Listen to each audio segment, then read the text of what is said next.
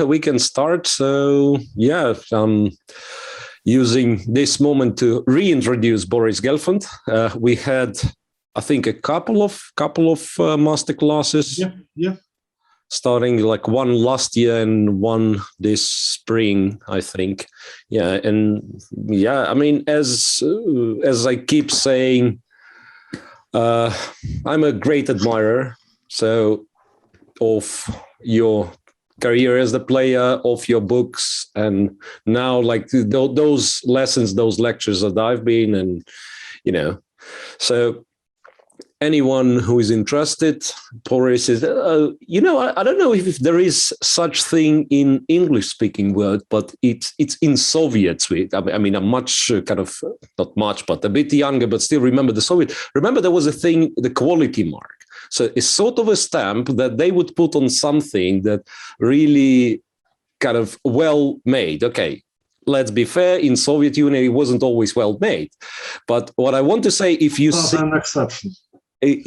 What I want to say is that you see that Boris is involved in production of a chess content. That's I can only recommend. So that was my 5 cents, and giving the floor to Boris. Good evening, everyone, or good morning, depends where you are. And today is a topic of our masterclass will be we'll discuss how to set your pieces to the best squares. I'll show you some games where just basically by doing this, I managed to win games against strong opponents. Yeah, so I'll show you the game I played against Branko Noblanovic, a player from Serbia, 30 years ago. It's an old game. But 30 years ago. Yeah, so I guess impressive. No one knows it, hopefully. But it's a very instructive and interesting game. He played, okay, his opening was not that important, but he was a very strong player. He was pretty close to get into the candidates. Just by sheer lack of luck, he didn't qualify in 1990. Like, if he'll win any of 2 last games, he will qualify, and he was winning in both of them. And he still keeps a good level, maybe 2,500, even so he's more or less 60 nowadays.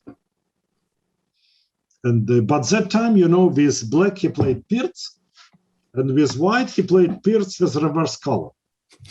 And an extra tempo. With an extra tempo, yeah. So it kind of, okay, it has its drawbacks, but also it has its advantages that you know what you are doing, yeah? You play white or black, you're pretty familiar what kind of position you'll get. And also, okay, again, it was played 30 years ago, so since then, Sierra discovered many finesses. Nowadays, I play e5 now with black. It has a lot of sense to put knight on e7, but I played knight f6. Also reasonable move, d3 castle, knight d2, knight c6. Also, I want to say that maybe quite a time ago, he changed his attitude. He started playing the really challenging line and opening. So, but this time he played c4.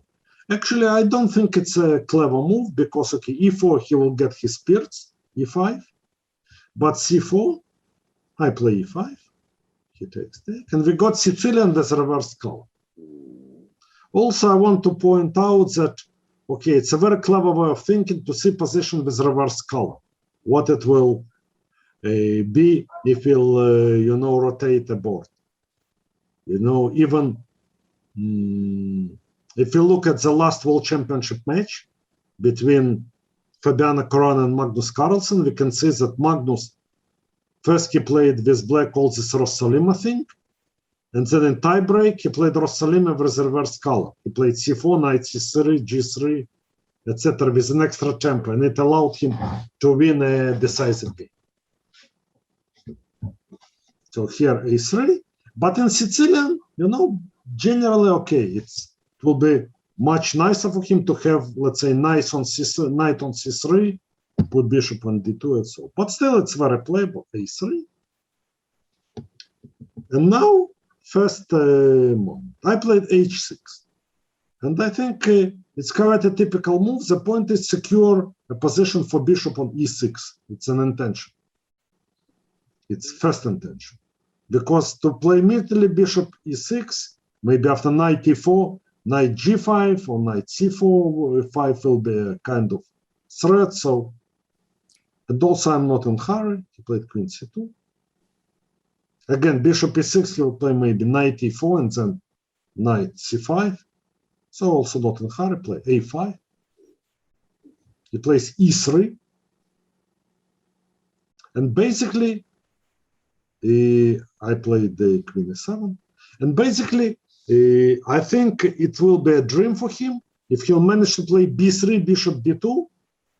And then, okay, he'll get kind of normal Sicilian. But the problem here, if he'll play b3, I will play e4, takes, oh, sorry, mouse slip. And now, if I'll take on a1, of course, ed, it's a huge compensation. But there is a pretty typical intermediate, knight e3. And things are not so good for him. So b3 is not possible. He may start with rook b1. Maybe it was clever, but I can also play a4, yeah? I'm not sure if I'll play it or I would allow b3, because then again, it's a waste of tempo. If he'll manage to play b3, bishop b2, it's better for him to play rook on c1 to get c line. But the rook b1, it's kind of extra tempo. So he played something different. He played the knight e4, which is a typical move. Now bishop e6 is not possible, knight c5. I play rook d8, kind of useful move. He played bishop d2, he develops his pieces. I played f5. He played knight c5. And now it's a critical position. Because so far I think we made a natural move, and now we shall think how to advance. Maybe I'll give a couple of minutes to our audience, maybe we shall give, to think for an idea for black how we'll proceed with black. Yeah, that's, that was kind of a feature of our last few master classes that, we do give some time. And during that time, I would try to be one of your students. So I would say what I'm thinking here in this position, right? So, yeah, may I add just one thing that I think it's a very good idea, because if you get the knowledge passively, it's very nice. But if you interact, you try to, to think by yourself, I think you multiply its effect of the knowledge and the masterclass. That's, I'm convinced that if you do an effort by yourself, everyone can do better. Yeah. So maybe try, I give you an opportunity to tell what you'll think, how you will write. Yeah. So, for instance, now that I'm thinking about this position, I understand that the knight on c5 is really annoying me. So I wonder if I can actually tolerate it for long. So b6 maybe, that's obvious. I want to play b6, I want to attack the knight, but then I'm a little bit worried if my knight on c6 is not hanging. And what will be the follow-up anyway? I play b6, let's say white goes somewhere. What's the next move? Yeah. So this is kind of thoughts I would have in this position. What other ideas you will have? Other ideas, okay, e4, I will check. I will not calculate it now, just to mention, that since it doesn't work so far, because you'll simply take it. Yeah. No, just to mention that this is a typical break, and maybe, with the bishop, what I want specifically mention that when his bishop is still on d2, I would be looking for e4. So if it magically works, then at least there is no knight d2. Knight has to go to h4 or e1.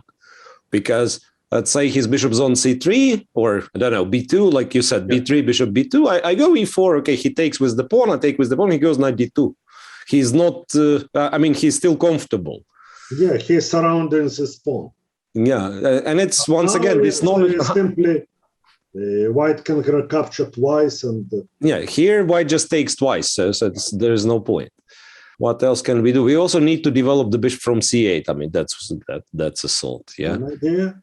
But also, what's other way of thinking? What have to be think on the first place?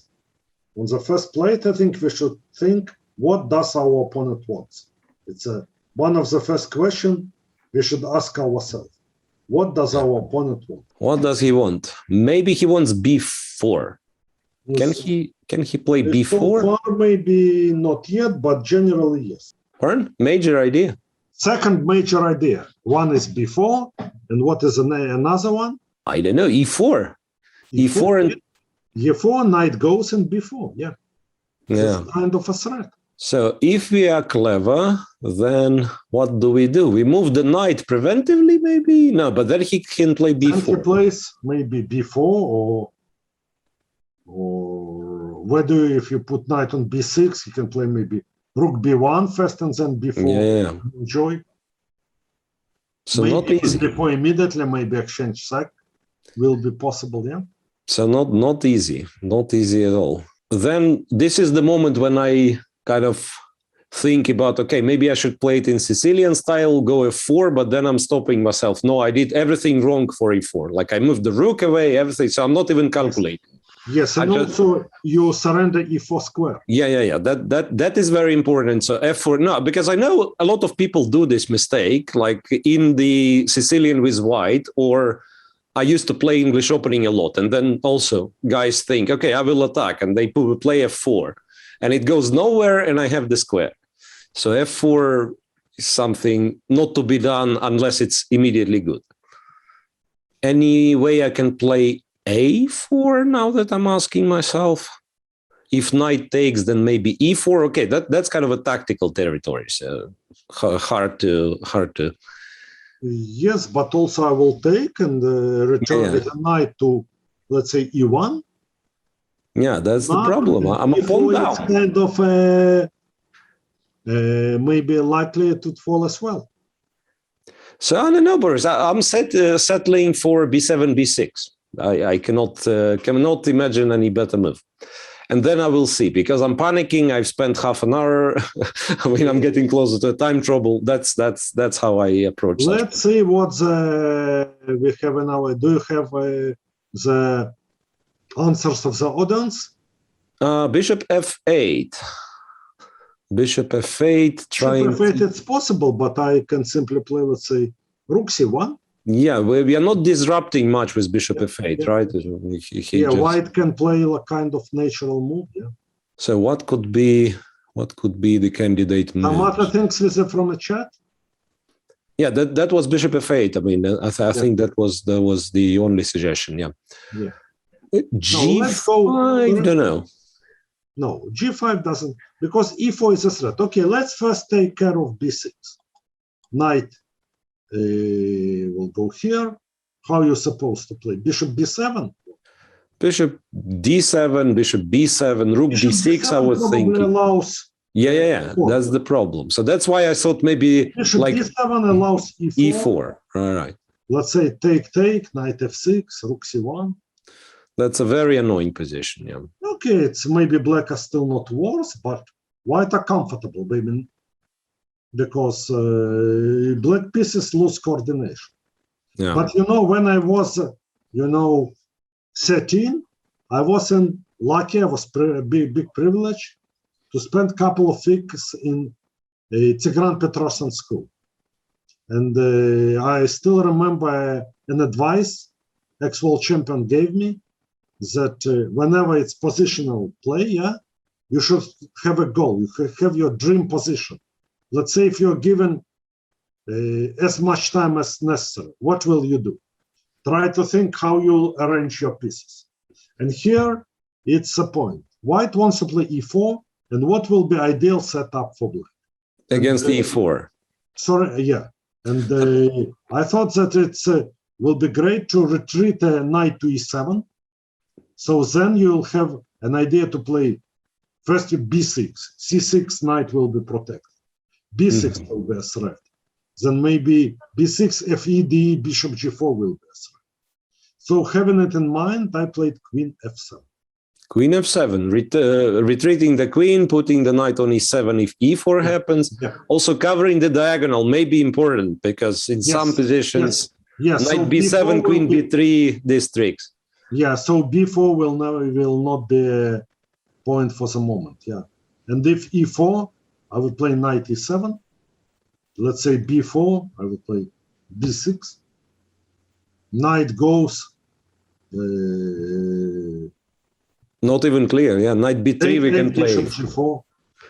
And if he tries to be smart and plays b5, then take, and bishop g4, and total disruption of white pieces. Knight c6 get to d4, but also not so clear how white can keep a material balance. Like knight h4, you can also play like c4 maybe. C6 simply. Knight c6 and knight d4. So this is not an option. So my opponent played rook b1. He wants to play b, but now we see another advantage of the position. They play b6. Knight has to go back. And now we get a comfortable, as you know, this comfortable setup. We get it. Because also now, let's say we have many threats. Let's say bishop a6 is a really dangerous threat. Yeah. What else? If he'll play b4, then e4 already. It's a typical for Sicilian that a4 knight is hanging, and we are attacking a knight on f3. If he'll play knight h4, bishop a6 is kind of deadly. Will take on c3, will recapture more materials. And let's say here we can take, but maybe after rook b8, we simply cool move. We simply will be exchange up. Yeah, he cannot say we are such a poor coordinate. Oh, that's a nice move, rook b8. Yeah. Other moves are good enough, so that's why I didn't challenge. Yeah, but rook b8, it's really. White had an interesting tactical trick in his disposal to take on e5, bishop takes, and play d4. And now, first of all, just will say that to play bishop a6 probably it's not good enough, yeah, because we win an exchange, but we surrender an initiative. We have exchange up, but it's easy to play with white. Knight returns back to c3, rook c1, good pawn structure, etc. But here there are so many ways. Let's say any move like maybe the deadliest is bishop e6. He will take. Let's say take bishop d5, bishop d6. No one will surrender such a diagonal. Yeah. King is a real danger, and f3, you know, black has more than enough compensation for a pawn. Yeah, here it's very clear. So my opponent played knight e1. It has a point because he prevents all this tactic with e4. I played bishop b7, and he played knight c3. He kind of returned pieces to the normal positions. His idea is probably b4. And let's think again. What way we will think of black. So here, obvious thing is like I want to double on the d file. That's one of the things. I see the d3 pawn and thinking, yeah, maybe I just want to play rook d7, rook d8. And in terms of meeting b4, I don't know. Like a4, he will take, and I probably have to look if there is any kind of tactic after he takes, and I don't see it for now. Yeah, double, toil and trouble. So again, ideally, what I want, maybe exchange the bishops. Actually, maybe it's not bad even to play rook d7 before to take and, play knight d8. I know it doesn't look nice, but if we exchange the bishop, generally it's good. If he somehow doesn't exchange, then maybe knight e6 will be a move. Yeah, very good, very good, very good. That's an idea. See, I'm improving. You're improving. Then what are the things in chat? Chat seems to agree. Actually, I have to give a shout out that after knight d7, when we only started checking white's moves like knight a4 and then b4 and so on, there was a mention: is knight e5 a move? So some people have sharp tactical vision and they've spotted knight e5 that there is such opportunity for white. It turns to be not working in this position, but still nice. Yeah, but here let's say an option. Let's say rook d7 is a good idea, but let's compare with other options. Let's say a4 is, as you said, it's possible to prevent knight a4, e4. Actually, maybe it's playable, but I think I don't like it for a few reasons. First of all, let's say he takes, we can take, kind of material unbalance. And they have a nice position here. The kind of unbalanced game, and it's a game where all results are possible, yeah? Or maybe EF is even better, yeah? EF, keeping the pin and so on. And white are doing fine, yeah? We lose a track. Also, basically, it's possible to play e4, take and bishop a6. But again, we win an exchange, but we kind of lose a track, yeah, because he will play, let's say, f4 to force us to take, and he has center, a pawn for an exchange. Bishop c4 is a threat. I think it's much easier to play this position with white. So that's why I really like this move. Rook d7, b4. And now, of course, as you said, it's very tempting to double rook d8. But the point is, okay, if he'll play bishop c1, and he will prepare b5, bishop a3, it's hard to see what we can do from this, because knight on c6 suddenly becomes a poor piece, which has nowhere to go. Also, this, I will not say a pin between g2 and b7, yeah, between bishops is here. It's in white's favor, yeah, because knight cannot go and black has to be careful. And e4, d4, okay, doesn't help us much, yeah, because white will play b5 or something, maybe now even f3. By comparison, knight d8 is a very deep and clever idea. It's kind of double idea. One idea is to trade the bishops, and another idea is to move a knight to e6, where it will be better placed on c6. Also, it will be closer to a king. Yeah. Because let's say if he will take, I will take. And this pawn now it's weak forever. Then we'll maybe play knight d8, knight e6, or rook d8, and knight will have possibility maybe to go to d6. Let's say after e4, d4, it will have another weak square. So Damjanovic played knight f3. But now knight e6 is not possible because of knight e5. Because knight e5, yeah. So I played g5. My idea is to play g4, trade and knight e6. He played rook a1. And please think what we'll do here. Another point to think. Right. I mean, there was a question if e4 is d4 possible. It's probably about. You mean here? E4 is maybe possible. You can play d. You can play knight e5. It's a really complicated game. there is some compensation, but okay. I think also, like if you have, let's say, long-term advantage, it's possible, but I think to make the game really, sharp, give up a pawn, makes more sense when things are not going well for you.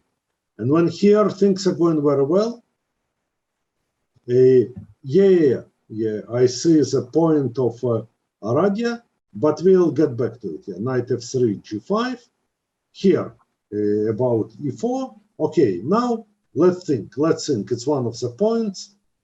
Let's think here, We came back into this position. No, I wanted to say that it's interesting how, how the brain, the understanding of chess player develops, because first, when you're a beginner, they are they're teaching you basic things. You're learning basic things.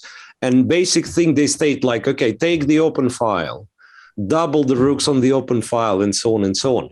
And why is that? Because if you don't do this, you will do some dumb things. But when you develop, when you get better understanding as the player, you are getting much better at finding exceptions, right? And then you don't play rook a to d8, but instead you see, okay, now I have to think deeper, and I find moves like knight d8. And if you're a beginner, you'd be criticized for knight d8 because you're moving pieces backwards, and so on and so on. So it's interesting how exactly you develop in your career, in your chess understanding. Yes, I think it goes spiral way. If you got certain rules, then when you already find this a rule, you realize that there are a lot of exceptions. And then this exception may become rule. But then, okay, if you go deeper, you see more and more exceptions, because fortunately for us, even with all the modern technology, chess is an eternal game, The more you analyze, the more possibilities you find, So, but this is really a way, First, you obey the rule, then exception, rule, exception. And what I also read somewhere, I don't remember when I was young, that this is a legacy of great players, then they make certain exceptions in new rules. That's nicely worded. Let's say Mikhail Tal, tried, let's say in Caro-Kann to take GF, or Mikhail Botvini used to play G2, G4 in many occasions. At the same time, people, laughed, or were shocked. But nowadays, it's quite a typical idea in much more varied types of positions. People were making fun of Grunfeld, that he was not fighting for the center with his defense. I wish he listened back then, so we would not have to deal with the Grunfeld defense with white now. Or exactly, or this hyper-modernism idea 100 years ago. First, Reti and Grunfeld, all the modern players couldn't believe it, Yeah. Okay, Boris, we have a suggestion to take on a1 and go e4. This is the most challenging idea. It's very interesting. Let's have a look. Because first of all, of course, we have to see if we take on a1, e4, if it's a direct play, and we play bishop e4. Bishop e4, that's exactly how it's... Yes, it's very tempting possibility, but maybe also, let's think what we do here with white. Because it's really very tempting and interesting possibility. Because, of course, with all the general considerations and words, one should never miss a possibility to give a punch and many good players miss it, we kind of tend to, to postpone the important decision. But here it's tempting. Let's see if it works or not, or how well it works. So do we take on e4? That's what I'm thinking again. Well, tactics, everyone has like his own algorithm finding tactics, but Yeah. Let's say knight e4. What does it do? Take the rook. Take a rook, because let's point out that fe knight d4, okay, black destroyed its own position, yeah? Yeah. So bishop a1. So what white can do? The plan was to take on g5 and see what happens. I mean, I cannot calculate that long, but yes, it's a possible idea to take. Hard to see if it's enough or not. Rook is a rook. Maybe rook is too much. Yeah. Of course, we have certain compensation. But here I couldn't come up with follow-up, to be honest, because like queen a2, king g7, it's rook down. Bh4, I thought, but queen b2. Yeah. So let's look at something else. What other possibilities does white have? What are the other possibilities? To play knight c3 to, trap the bishop, and then when he exchanges.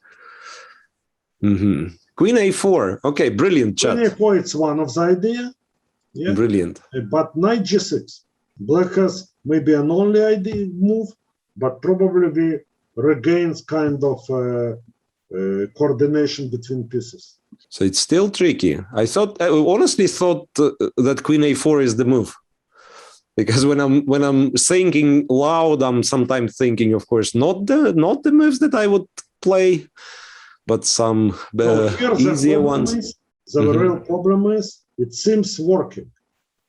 And queen a1, and we have a pawn already, but g4, knight d4, and c5, and we lose another piece. Yeah. This is the problem. And knight g5, I thought it may be working, but queen b3. Strong move, kind of trapping bishop on d2. Bad news, yeah. Bad news. But here, as you said, your intuition proved right, I think. There is a cool move, knight c3. We don't have even a pawn for an exchange, but I think white has full compensation. Because sooner or later, okay, knight e5 is a threat. So maybe knight g6 is the most natural move. And now we can maybe even play queen c1 takes. Yeah, just to secure the bishop on long diagonal. Diagonal. And okay, I don't think we'll get mated on d1, queen b3 always, knight d4, knight d2. And we have kind of long-term compensation. Will be our king is safer. It's very important factor. So even though we are exchange down, it will be a game, yeah? It will be a game. It's not clear cut. Also, knight d4 we can include. Because to attack f5 pawn, knight f5 is a threat now. King h7 maybe. Many possibilities maybe. Knight, bishop e1 is interesting. Or even simply queen b1 takes. Okay, I think it's a full compensation. King h7 is a prophylactic idea, I think, because maybe knight f5 is a threat.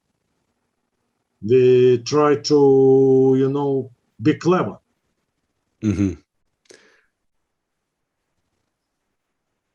But then, that's why knight f5, rook d2, queen d2, bishop c3 will have queen d8. But here, after knight f5, rook d2, bishop c3, maybe still we have queen c3 and some compensation, yeah? Yeah, but you can get bishop g2. Okay, I don't think we'll lose here with black, with white. We have 3 pawns, everything on one side, unless we get mated. But I don't think there's a real chance to get mated. About this position, okay, people in the chat, let's say, start calculating variations like queen b1 and so on. I just want to share genuinely what I'm thinking as I'm Miro Grandmaster. I would think that this is kind of not dangerous because he has the dark square bishop and potentially the h pawn. for some reason that would be important for me. So I would already picture this thing that I'm kind of trading all the material, giving material and so on, and I'm escaping because he has the H pawn and the dark square bishop. I think it gives a very good hint that on the defensive resources. Yeah, that's what I think that's it what I shows mean. the potential. Yeah, so exactly. Exactly as you said, that I'm picturing, okay, maybe that this is kind of dream position or far away position that will maybe not happen. But anyway, you get to some position and you think, okay, what are the scenarios, right, that the game can develop? And what scenarios are good for me? And I'm working towards these scenarios. But also I want to add, to address a question, because of G4, we can maybe play Queen B7, there is no mating ideas. As long as we control big diagonal, there is knight F3, we play King G2. There is no mating ideas. And whenever Queen will leave a B1 square, all this Queen E4, check, and all the eternal checks, yeah? So I think this is very tempting, but if we see this Knight C3, but also when we calculate, if we get to this position, it's already, you know, we see there are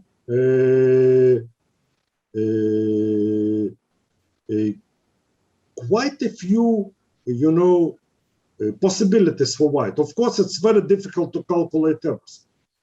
But if and move like Knight C3, it's probably quite difficult to spot for this reason that we tend, all of us, to miss moves backwards. For some kind of reason, moves which we move pieces forward, we get them easier. But also, all this Queen A4, Knight G5, it's hard to be, it can easily be that it works, yeah? Here it doesn't work, but it can really, of course, you're exactly calculate and check, but the whole direction, let's compare an options. What are the options does Black has here? Of course, first, you're right, we have to check the possibility to win material, maybe we win a game immediately. But we kind of find out that it's not that clear, yeah? So let's think what are the options. Okay, that's E4, nice suggestion. E4. Yeah, E4D, it's a transposition. E4D, it's simply a transposition. Yeah. You have to take on A1 and on E4. Some move like Knight G6, maybe not paying too much attention, or rather take on A1 and Knight G6. Maybe that is the better version. Like take on A1, Rook A1, Knight G6. Rook A1, and Knight G6. It's possible. But how good is it?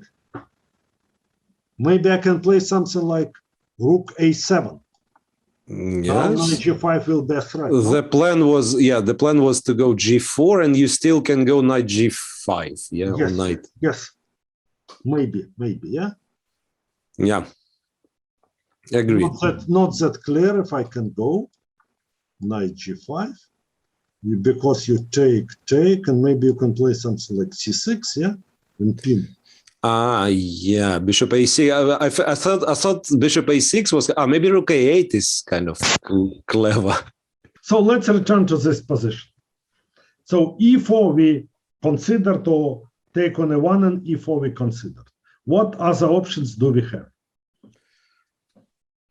We were discussing Rook B8 with people. So how stupid would it be to leave the file and give white the open file, but not to exchange the rooks? We tried to exchange the rooks on A1, it doesn't work.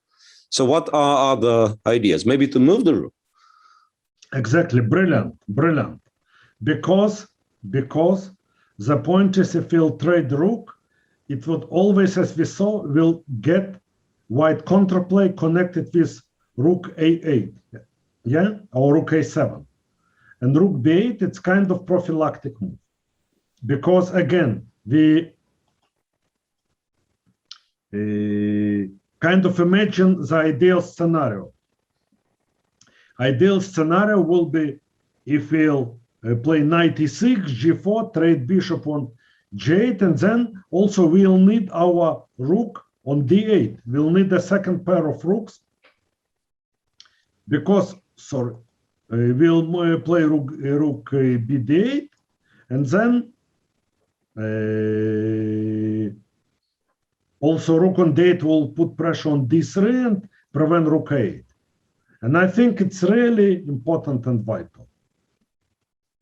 Because rook a1, we more or less saw that it leads kind of nowhere. Another line I looked at is g4, let's say knight e1. And now we cannot prevent rook a8, yeah? And we can consolidate rook a8, even queen a2. We'll trade queens, but with the rook on a line, we have counterplay. That's why rook b8, but also want to share with you how I came to this move. And I was helped by knowledge of classic. Because in 1968, it was a candidates match, a match between Boris Spassky and Yefim Geller. And Boris Spassky went on to win this match, and then later on to become world champion in the same cycle. And they played another open close Sicilian, but few times Boris Spassky, you know, was kind of moving piece from open line,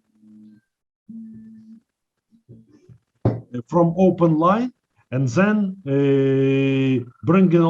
brought all his pieces to king side and mated his opponent. So here is the knowledge of classic helped me.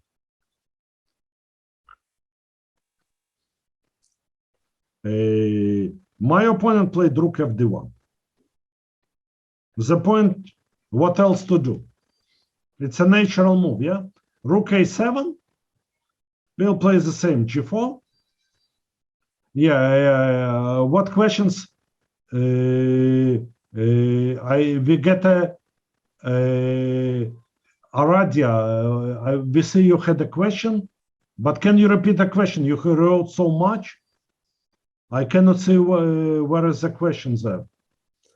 So the question was, wait a second. No. This is, so the question was how to get rid of tendencies like Aradia says, I have a tendency not to like rook b8, even if, let's say, I consider the move, but like I don't like it because it leaves the open file. Yeah. That I think the how to get rid of it to look through a lot of good games, because as we said at the beginning, you know, first you have some rule. Let's say, okay, never give up an open line. But then when you look at the game, you will see this game. After this, I'll briefly show you the game Spassky Geller I told you about. So maybe when you look through a lot of good games, you will find some other examples. So the more knowledge you have, the more likely when you'll see that it worked once, it worked twice, it worked few times, then you'll take it more seriously and more likely you'll play it, because here it's clearly the best move. And let's say rook a7, g4, I don't know, knight h4, takes, knight dc6, also losing this pawn, yeah. So he played rook d1, I played g4, and now we see all the benefits of black setup, yeah. No counterplay with rook 8, no counterplay with queen a2, and we simply improve our position. Also, it normally happens when you play a move your opponent didn't expect, he kind of panics, yeah? And here he has no plan to do, but let's say black has a clear plan, rook d8, and somewhere e4, knight g5, and we have an attack. Here my opponent played not the best move, king g1. Again, knight g5. Yeah, maybe Aradia has a good point that when we have more space, it's good to have more pieces. Probably this maxim applies here as well, yeah? Maybe this is an explanation why we need another pair of rook. But also, yeah, it's a good explanation, yeah? I would say different, like preventing counterplay. That our rook gets, when we execute our plan, will be more useful than the rook on a1, which seems nice, but unfortunately doesn't has much to do. May I just for 10 seconds, Yes. not even interrupt, but that's a third explanation that I found right now. So when we exchange on a1, we should not compare a rook on a8 to a rook on a1, but to the other rook, to the rook on f1. So if we keep the rook, and okay, here we will get our final position. Our rook ends up on d8, and white preserved the rook from f1. Now it is on d1, whatever. So our rook is more active. The moment we play, yeah, it looks stupid. Yeah, rook b8, leaving the file. But actually, you're comparing with the wrong rook, right? Because when you swapped it, it's kind of that rook became active for white. So it can be applied as a way of thinking, I think. Yeah, no, but actually, it's great. I think it's a really clear explanation, yeah, because rook on a1 will be on the board anyway. But if you don't trade, another rook will be left on the board, yeah. We cannot prevent him of having rook on a1, yeah. Yeah, but exactly. we can have another rook against d1 rook, yeah. And here my opponent played queen a2, knight f3, king g2, and now it's a final touch. Maybe think for a short time because it's not really difficult. It looks nice, whatever you do, no? Yes, but there is still again, when you are better, never miss a chance to clinch the game. That was my problem, and probably still is. When the position is good, I'm not thinking how to finish the game fastest way. I'm thinking, okay, now I can do this dumb thing and still be better, right? I can do this dumb thing and still be better. And that's a very dangerous way of thinking. Yes. Also, okay, of course, one have to find a good balance, because another mistake will be, to hurry things up, yeah? When the position is not right, try, to force win, yeah, and get opponent back to a game. But again, we should combine two methods and apply in the right moment. Yes, okay, so e4 is suggested, yeah? e4, yeah. D rook d2, and if d4 he took, and d4 c5. And now we simply win because of, if he will not trade the queens, it will be the same. Yeah. Because of the pressure on d line. And now, okay, my opponent took, and it seemed totally lost. But still, I want to show you something, how the game ended up, because I managed to create some problems to me. It's a bit off topic of masterclass, but still, it's an important lesson I want to share with you. Bishop e1, now we are totally won, yeah? Pawn up, his king is forever blocked. His pieces are much less active than ours, but still. Of course, here it was a time trouble. Okay, I repeat twice.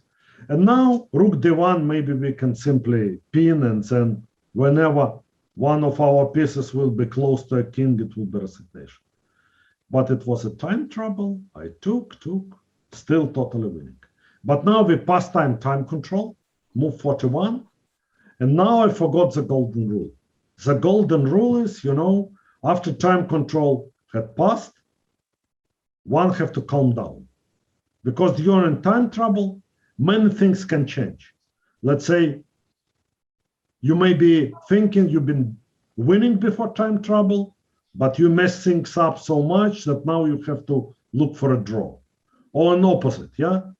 You've been worse, but your opponent messed things up, and you can already win. And if we don't calm down, we can simply be happy we force a draw. We think we saved the game, but we miss a final touch. Yeah.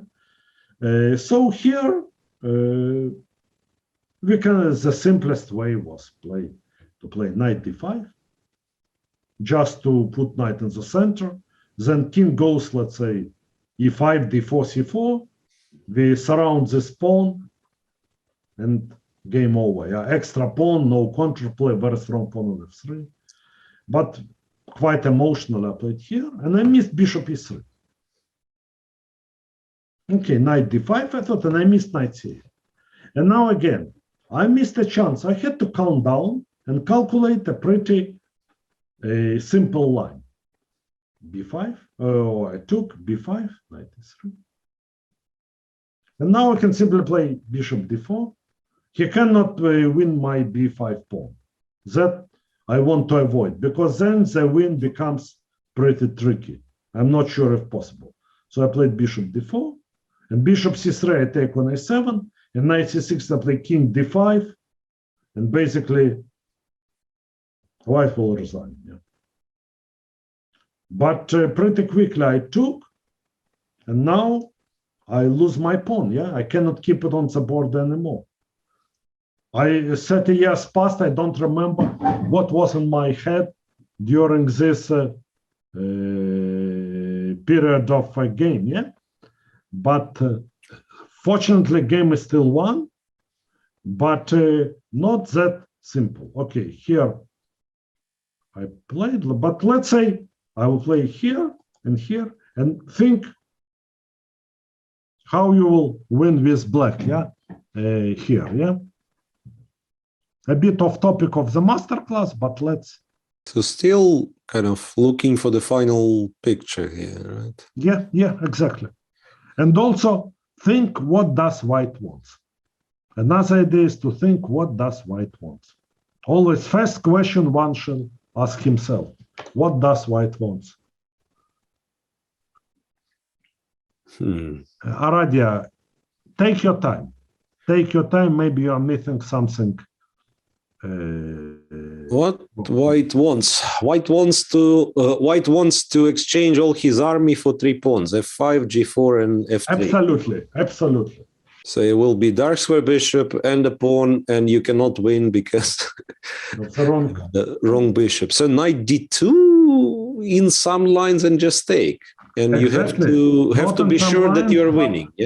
Yeah, not in some lines, but directly. It's a direct threat. Knight d2. So king d5, knight d2, and then he takes, and you cannot stop h3, g4. Is that exactly? And if you play h4 here, still, like Aradia suggests, takes, and if h3, g4, and we are in time to trade all the pawns.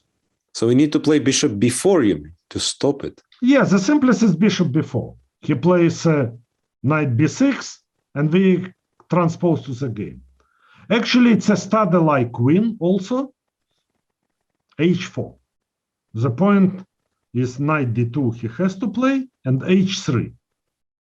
Because here, with bishop d6, he is not in time to play g4 and trade the pawn, yeah? Because g4 we take on h2, and the king will not be in time to get to the corner. And if he'll play e4, then king e5, takes, still king, we prevent him to get to the corner. Okay, here, and now maybe, okay, the simplest win is to wait, yeah? Zugzwang. King f1, king f3, g4, king g4, and then we zugzwang and we take a pawn with a king, yeah? But this is, it's complicated. Already the game goes to the final, hour. So to play bishop b4 is a simpler idea. That's what basically happened in the game. Bishop b4, knight b6. I played the king d6, simply improving the king. King d5, activated the king. And only now I played h4. creating an extra weaknesses. Yeah. Other move wins were possible, but here it's a direct win. Yeah, we play a 4G3 and he is clearly not in time. Yeah. Yeah. It's a line may be long, but pretty convincing. So in this game, we, quite a few times we had to take this decision, which were, we had to think what is how we can improve our pieces, which pieces we need. Starting with Queen F7, I think it's maybe the most difficult one, yeah? It was. I couldn't spot it. Yeah. And then another important moment is Rook D7, Knight D8, not Knight B8, yeah? Mm-hmm. Not Rook D8, but Knight D8. And another is Rook B8, yeah? Rook B8. There are a couple of really instructive decisions where we can, by managing our pieces, we could both prevent counterplay and, create at the end the ideal position. Then this position is kind of very, it's pleasant to watch, yeah? We brought all our pieces to the best squares, basically. And then final touch had come up, yeah? Okay, maybe I'll show briefly also the game Spassky Geller, just to show you another idea. So this is one of the game I wanted to show you. The A file, the same question. I mean, what do we do on the A file? Yes, and you remember I was a teenager and I had this book about these candidates matches. So I played and I was really impressed. So it's stuck in a history in my memory till the important game I played. Rook C1. Rook A2, G4.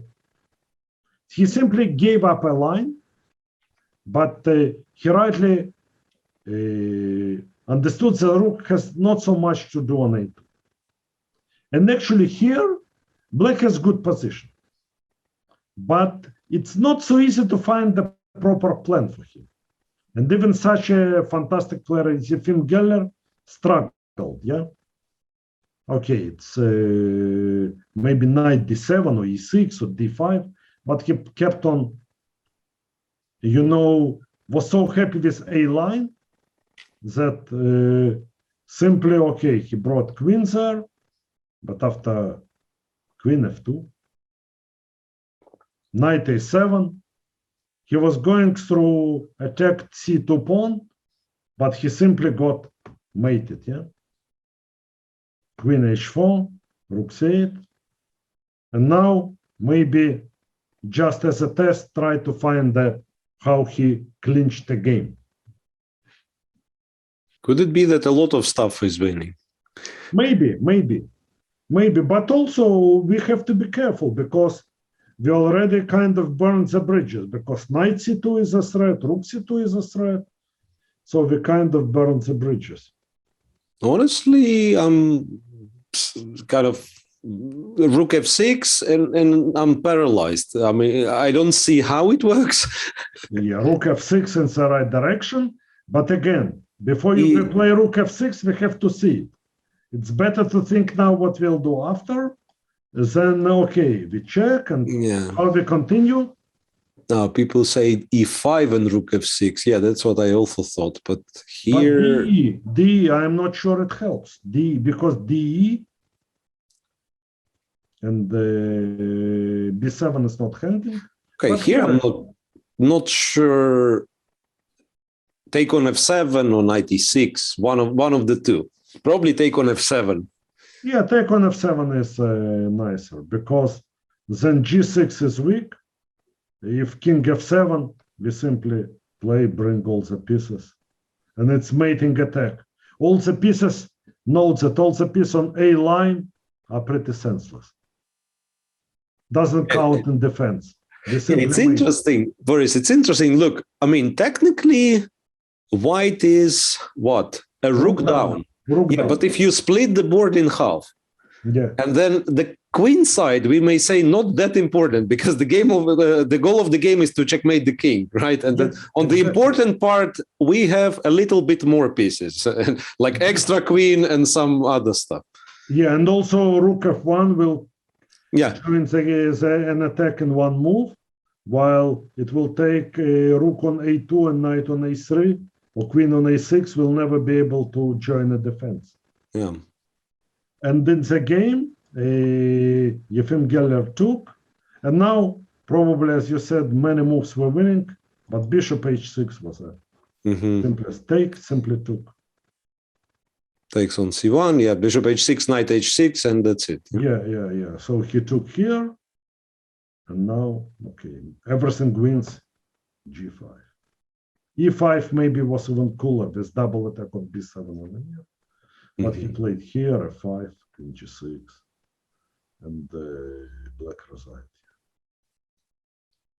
Knight on s3 is so senseless. Yeah, let's say here, we simply take and queen, yeah. It would take ages if we are just have minimal material deficit and we'll win here, yeah. It's interesting. This knight spent 3 moves from c6 to get to a3. Yeah. And now black wishes it was on c6. It would be a little bit closer to. Well, maybe with a knight on c6, the attack will not be as deadly as it was in the game. Okay. So not deliberate. Shall we go to the next game? I will show a game with Antoaneta Stefanova, one of the best female players in the world. I think she was world champion, yeah? Well, of course. And we played the game was really important, yeah, because we played in Gibraltar Master and penultimate round. So it was an important game for both of us. And she played this kind of rare system, bishop g4. I played bishop e2, she played knight c6, and I played knight bd2, quite a rare system, but it has its point because we kind of indirectly defend the pawn on d4, because I didn't like to move it immediately because knight would get to d4. Bishop d3, it's a big theory. I played it against quite a few games with white, knight d4. Here, it's not that comfortable for black as he had to protect this e5 rather than this c5. But still, okay, knight bd2, I clearly prefer. And my knowledge was that e5, quite a typical move. d5, knight e7 is not working well because of game of Wesley So against Garry Kasparov, and Garry Kasparov returned to chess. Okay, later on, I also won a game in World Blitz, but in this line. But the point here, black's pieces are a bit strangely placed. So Wesley So played c5. If black doesn't take, knight would get to c4, which is a really good place for a knight in King's Indian setups. dc, knight c4, f6, d6. Simply, he is pawned down, but, you know, with each move, he attacks something, yeah? Knight c8, bishop b6, e3, b6. Now only move without attack. Bishop c6. He took. And what he did now, think for a minute, really final punch. Also a bit off topic, but really nice position. People say b4. Aradia says b4. Absolutely. That's also when we're ahead of development, we kind of open a game. Open the position, yeah. That's kind of first candidate move. That yes. And rook c1 now, queen b3, and suddenly no one piece is moving. King is stuck in the center, and a lot of pins, a lot of threats are there, like knight e5, fe, knight g5 is a threat, h6, rook d1. We can say that black's pieces are so horribly placed that, okay. Game didn't last for long. Yeah. Rook c6. I will show you briefly. Just, okay. All these pins. Really, but okay. But Antoinette played much more sensible move, knight f6, d5, and knight b8. One can argue that she lost two tempos, and it's true. But also, she forced me to, to play d5, and now she'll get a counterplay. I played queen c2. She played knight a6. She wants to attack a center. I played h3, and she played bishop d7. And please think what you'll do here with white, what I did with white, because it's really critical point of the game. Actually, I may say that it was the most difficult decision I had in this game. Maybe even the only really difficult decision I had in this game. If anything, I want to say that the knight on d2 is usually not very good in the King's Indian. That much we know. Absolutely. I mean, in this kind of structures, right? I mean, in the Wesley So Kasparov line, clearly, yeah, if you can play c5, knight c4, it works. But like if the center is as it is now, it's awkward. So what will you say? What does black want? Let's say if I castle, okay, if I don't care, if I just castle, maybe he will play, once again, I'm speaking from kind of the experience of the other side of the board. I know how King's Indian works from black's perspective. Yeah? So it's quite possible that, I mean, he can play knight c5 and then a5, right? No b4 yet. Yes. For myself, and yeah, there'll be difficulties. No, but also the point is that the black wants to play knight c5, and then it's very difficult for white to unpin position, because whenever we'll try, we can never play b3 before, and whenever we try with rook b1, then knight e4 will follow. Yeah, he takes on e4 twice, bishop f5 also, typical. Yeah, takes, and the bishop f5 and the others. Actually, Arada suggested a very interesting idea, e5, but here he has knight d5. And it's really wild complications. It's really wild complications. White can take. Knight b4, yeah. Maybe knight b4, but knight b4 maybe doesn't work, yeah? Mm-hmm. But black has a very interesting move, knight f4, trapping knight on d7. And it's totally chaotic position, hard to judge what's going on. Yeah. I'll show you just a line engine suggests, just because of its beauty. The engine suggests knight e4. Knight e2, seems that black recaptured, bishop h6. Yeah, of course we don't take such knights on e2. Of course we play. Bishop h6, and only when he takes queen e2. So now he's mate in white, and he cannot take on d7. d7 because knight f6. And but also this... He can play f5. And no one knows what's going on, yeah? Yeah, that's absolutely crazy. Yeah, but okay, actually knight e5, it's maybe very tempting, but for human, it's very difficult to, even for a very strong player, very difficult to know what's going on. So let's return back, because white has another option. As you say, knight is very poor on d2. Yeah, so I think we have it already. How about people say rook b1? Rook b1 is the same, knight c5, and knight e4 is a threat, and they don't say a way we can defend against it. Yeah, like kind of bishop d3, but then we are... Bishop d3 is ugly. We play a5. Mm-hmm. So...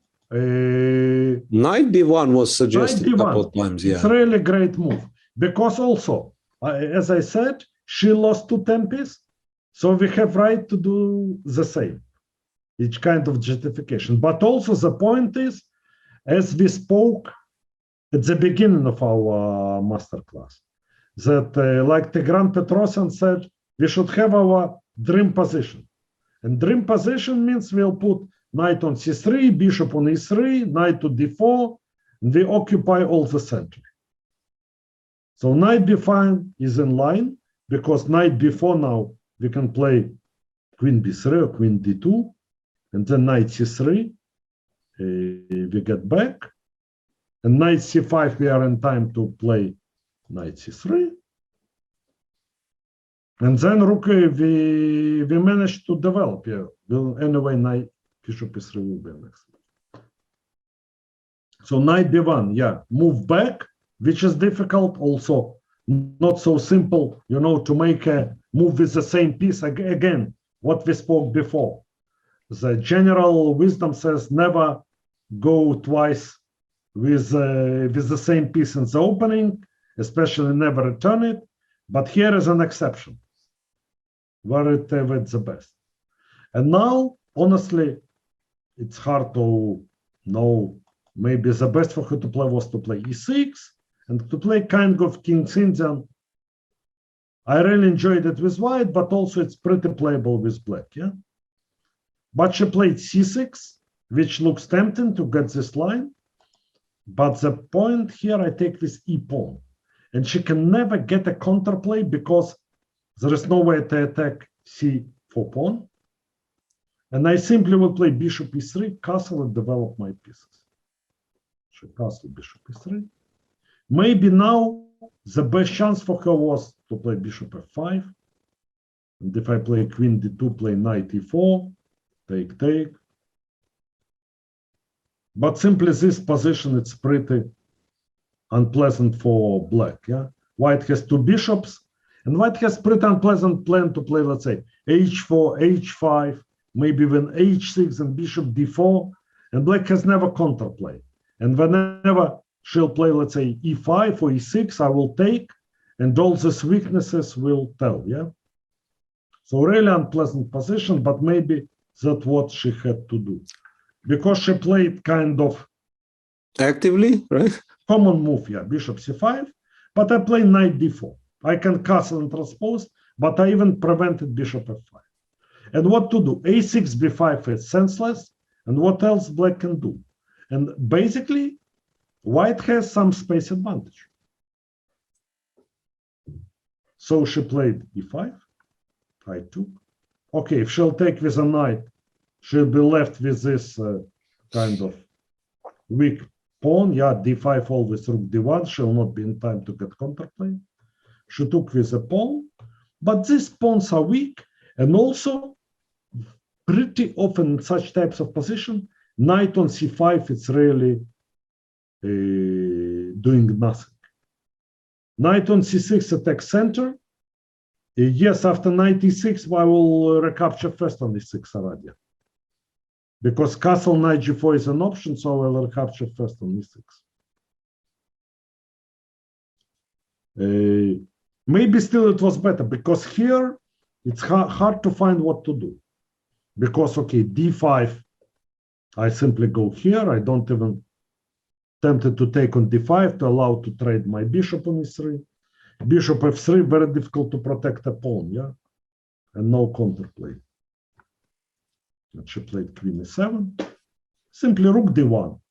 And here, all white's moves are simply very simple. We just bring pieces into the center. And this knight on c5 is kind of also pawn structure is bad. Pieces are poorly placed. Suddenly, without maybe c6 is turned out to be a big mistake, but which is a very natural move. But without making big mistakes, she got in real trouble. b6, bishop f3, rook d8. If rook c8 already, I think, 4, rook d8. And now I play b4, knight e6, a3. Simply, c5 is a poor square, but maybe b8 is even worse one, yeah? Mm-hmm. But also no counterplay, rook e1, knight h5, queen d2. And in each move, I have a big choice, yeah? So I make a natural moves and she had nothing to do. And now it's a final touch. Bishop g5, queen f7. Now maybe Think a bit. Yeah, Radia. Knight takes e6. Yeah, that's. And bishop rook c4. Any move wins. Rook e7 is the toughest. Yeah. Bishop c3, queen d6. We simply win an exchange and she resigned. Yeah. Actually, it's surprising. Yeah, I won the game. It seems that smoothly and easily. Yeah, but knight b1, it's a really deep decision which gave a torrent to the whole game. Yeah. After this, it was difficult already for her to do something. Yeah, because she got stuck with poor pieces and pawn structure. While if I'll castle knight c5, it can be other way around. Because rook b1 is not possible, will be very difficult for me to get pieces into the game. Yeah, Boris, you are probably aware of this example that Dvoretsky gives in one of his earlier books, when the game is won with prophylactics, and this is bishop c4 to a2 move. You're probably aware of this. Yes. So I'm thinking, that's not the prophylactical, in a way. Yeah, you play the prophylactical move against c5, but we can say that all this game with all the tactics, all the positional decisions, so was won with knight b1. Absolutely. This game, it's clear. It's a game of one deep decision.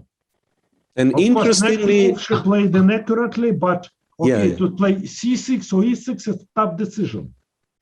When you see the position, it's very difficult to predict the whole course of event. Yeah, and then interestingly, after a few more moves, each move she makes, and she started to make moves just not to lose the material, right? I mean, the d6 was it, and each move she makes, it looks ugly, but you have to play it, and it's always the case. Like if your position is bad from structure point of view, strategic point of view, you have to make bad moves. I mean, like moves you don't like to make. Of course, you like to put the rook on the open file, like rook c8 instead of rook d8, and so on. And if you wouldn't play knight b1, I'm afraid you would have to do the opposite. In order to develop the pieces, you would have to play some, bishop d1, rook e1, some really bad-looking moves. Yeah, but I think there is a saying that in poor position, each move is poor, yeah? Mm-hmm. Even so, always when we are in poor position, we shall not resign. We shall do our utmost, to get back into the game. Shall we take questions? Yes, I believe Radia will have a lot, and I don't know if I can come up with some. Sure, questions. Sure. Yeah, let's go ahead. Yes, maybe it's Radia. Maybe it's a better saying. There is no good in a bad position. No good move in a bad position. Yeah. No, what I was thinking, because you seem to be some sort of a walking encyclopedia, Boris. And I'm not only saying this because of today's game, right? But the game we played when it was Austrian League, when I kind of, honestly, I had no time to properly prepare or something. I just thought, I'll play some random line which doesn't lose by force and anything. And I've actually lost. And right after the game, Boris told me that, don't you know that there was a game and you're supposed to play like queen e7, not queen c7 or whatever it was, right? Yeah. So the question would be, not only how you remember all that, because I tend to forget, but the question would be, do you think it's useful for modern players nowadays, or young players, to try to develop all this knowledge? Or now it's a little bit changed, because I can see, there is an example of Firouzja, and or young talents like that, we can laugh at them. He makes mistakes in the end game and so on. He doesn't know some basic things, but come on, he's 27-50. So I cannot, from my standpoint, I cannot criticize him. He's not a good player. It's just that he learned things differently. He probably feels some dynamics of the game differently. So can you tell me if you think, for the young generation, they still have to study fundamentally the classics and so on and so on? I think it helps. If we speak about Firouzja, first of all, we know that he worked with very strong players, had very good trainers, probably including you, yeah? At some point, yeah. Yeah, I was surprised when he was analyzing the Najdorf pressing the space button on his laptop. yeah. I said, no, I don't like the position. I mean, I basically forced him to put the pieces on the board and think and say, do you like what you're analyzing? I mean, stop hitting the big button. I mean, think. Yeah. So it was back when it still mattered. I mean, when computers were not that smart. Nowadays, I would be doing the same. I would just ask computer. Yeah, but also, you know, we shall not exaggerate the power of computer. Of course, they can show a lot of ideas, but also I think the suggester is generally, normally it's more than one good move in a position. I think it rather gives, puts wider perspective, I would say, yeah? Yeah. But also, if someone has such an incredible talent, well, maybe he can do things differently. But also, I believe that sooner or later, he'll do some work to fill this gap. Because if you take, let's say, Magnus, his knowledge of classic is incredible, yeah? Magnus is absolutely incredible, right? Absolutely incredible. So if you take, let's say, top players, I don't know, young players like Daniil Dubov, he knows really a lot, yeah? From all this, even masters of, I don't know, before world champions, yeah? Came to our game, yeah? So I think the knowledge you give, you get from the games, it's important one. Of course, also engines change our perspective, so it's a good idea to test it, yeah? Because if you read some maxim from old books, maybe just blah, blah, blah, yeah? Because that time, I think very few games were played, so there were no enough data to support some claims, yeah? Like in this type of position, white are better. Maybe already nowadays thousands of games are played, a lot of games analysis from engine, and it proves that what Alekhine wrote is wrong. But also the more, I show today that the game of Spassky I knew, it really helped me. Yeah. Yeah. Exactly. So maybe not the rules that they were stating, not the laws, like Tarash would say this and this, and then Nimtsov this and this, but the concepts, a lot of concepts were still right back then, like 100 years ago and so on. Yes, absolutely. Yes, I agree. So I think I already had some questions, quite a few, right? That's a good question. I really want to know as well. How did Boris developed his technical abilities? Technical abilities also, it goes like this. I think what was important, I always analyzed my games deeply, because nowadays also what I see is that even very strong players, they switch on their engine, their telephone with a very, let's say, simple engine from some viewers, and they say, here I did the right, say here I did wrong. I always try to analyze. When I was younger, it was not possible, fortunately. So I had to analyze each game very deep and try to learn from my mistake, and also to think when I went wrong. Also, a lot of credit goes to my trainers who pushed me in this direction. Like Albert Kappengut especially pushed me. And that's how I developed. But also, I think there are some questions from Araja. Yeah. How to motivate ourselves. I think a lot of motivation goes inside and of curiosity. If you are really curious about chess, always a lot of questions to ask. If you mentally tell yourself, I know everything, then it goes other way around. I remember Viktor Korchnoi told me, let's say, that as long as you are curious to play new opening, you keep on progressing. Right. So nowadays, that's a very interesting observation, Boris, because I think I've kind of caught the both sides of it. I was told that you have to analyze the games, and I was doing at some point. And then you at some point you just become lazy. In my case, and you check and okay, that was the final mistake, so I don't care what was next.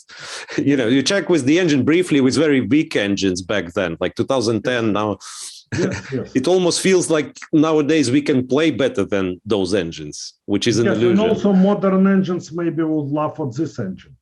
Absolutely. Maybe, and probably engine in 5 years would laugh on the engines now.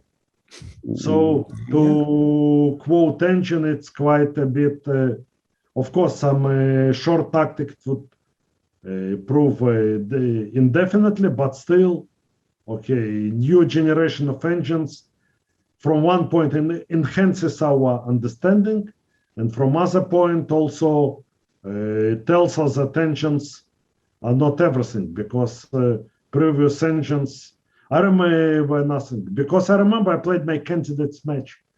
First, my candidates match in '94, and one big Grandmaster and one big magazine wrote, it's strange that Gelfand came with seconds, while there is already engine Fritz 1 or Fritz 2, which can give a definite answer to any question. That's good, yeah. That's good. Yeah. Also, I remember like one of the game, one Grandmaster told me, I analyzed my game, let's say an engine, I know where I made the mistakes, and engine, I don't know, Ribka 1, on depth 11. Shows me what was wrong, yeah. What was wrong, yeah. Yeah. Boris, please, can you check Q&A, because there is a question. I can read it out loud if you like. Yes, please do, because how can we decide? Yeah, it's more specific on the open file thing. So how can we decide if we should contest the open file but not exchanging pieces, or withdraw from it? Okay, so it's a little bit more specific on the decisions about open files for the room. Yes, it's a very good question. I think what I try today, is to broaden the horizon, but each time we have to think concretely, calculate, and compare options. If we do this or we don't, if we should contest a file or exchange or withdraw, we have to look at the lines and compare two options. Which one we like more? Which one, due to our calculation, gives us better chances? Mm-hmm. And maybe the other thing, I'm sorry to kind of trying to add, but I just thought, let's say if I have the file, how promising it is for me, and if he has the file, if he has the the entrance points and so on, maybe I can leave, like in your example, you played Rook B8, but then it was never good for him to go Rook A7 or Rook A8. So maybe it's not that important, that file. Yes. But we always have to compare. Yeah, absolutely. It's a typical mistake, I don't like to give up, or I don't care, But we can always compare, because it's always related. Maybe in some cases it's one, in the other one, And that's what we love in chess, that we can go deep and compare, Yeah, absolutely. So I think that the last question, if you don't mind, even with all the delays, I think the time is coming to an end. So the question, is there any particular routine for training that Boris Gelfand would recommend? It's a good question, but each of us has our own life. Some we are professional, we have other life. Some players have some maybe less time to train. But I would always recommend to be curious. If you see in some site or in a magazine, I don't know, in a position which catches your attention, never give up. Always ask question. If you say study, solve a study. And also, as I said, always think about your games, why you won and why you lost. Maybe there are some patterns which were regular, and maybe you make a sudden mistake time after time. Try not to see that, okay, here my move was wrong, but why you made it? Yeah. Were you not sure about position? Were your considerations too general? Or you were too optimistic, or too pessimistic? Or your calculation was not up to the point, or your technique was not up to the point? This I would recommend. I would rather recommend to focus on this rather than on certain techniques, yeah? And when you know it, then it's already time to think this direction. Yeah, that's a beautiful answer. And I remember Boris playing in where it was Tashkent Grand Prix, I think, 2013. No, And 12 or 14, twice. Or 14, yeah. I've been quite a few times to Tashkent, strangely, and for commentaries. Yeah. And we were back on either the same flight or same time departing flight. It was like 5 a.m. after the round and everything. And we were talking about some chess studies, I remember. I mean, be curious, guys, be curious. Yes. And also, after a tough tournament, 5 a.m. at the airport, and we were discussing some chess. Yeah, I think also last question maybe we take from Aradia. How to believe in yourself when no one does. How to keep motivating yourself always, no matter what. I think one have to be self yourself because, okay, we live in a world, a lot of people in the world, yeah. Some are, we have to rely on ourselves, yeah. Of course, if we have close friends and family who believes in us, it's really supporting. But time and again, we have to believe in ourselves, and if you enjoy chess, that's what will drive you, yeah. It would keep you motivating, yeah. If you enjoy each day, each new position you see, you love it, you enjoy, you get pleasure from thinking, it would give you, keep on motivating you. That's what I believe. Yeah. If you enjoy the process, you basically cannot lose. Yes, because exactly. I mean that's exactly. You're studying the beautiful game and you kind of enjoying the process, not the result. Yeah, I mean, if your result is, I don't know, to win a big tournament, win a lot of money, or become a grandmaster, then there is a chance to fail. But if you love the game, love the process, yes, basically you cannot in lose. the long run, you will not fail. You will succeed. Yeah, thanks everyone.